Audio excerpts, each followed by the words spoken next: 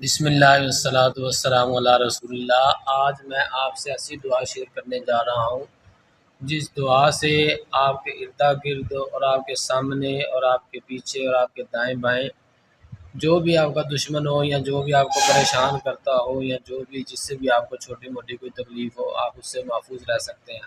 حضرت ابو سعید خدری رضی اللہ عنہ بیان کرتے ہیں، جنگ احد کا واقعہ ہے، جنگ احزاب کا، جنگ احزاب کا، یعنی جس کو جنگ خندق کہتے ہیں۔ اس وقت دشمن چاروں طرف سے پورا عرب مل کے دشمنوں کا آ گیا، تو اس دوران بالغت القلوب الحناجر، دل جو ہے نا وہ حلقوں کو آ گئے، اس طرح گھبراہٹ طاری ہوگی۔ تو اللہ کے محبوب پیغمبر علیہ السلام نے یہ دعا بتائی، اللہم استر عوراتنا و آمن رواتنا، اللہ ہمارے عیبوں پہ پردہ ڈال دے اور ہماری گھبراہٹ کو امن میں بدل دے۔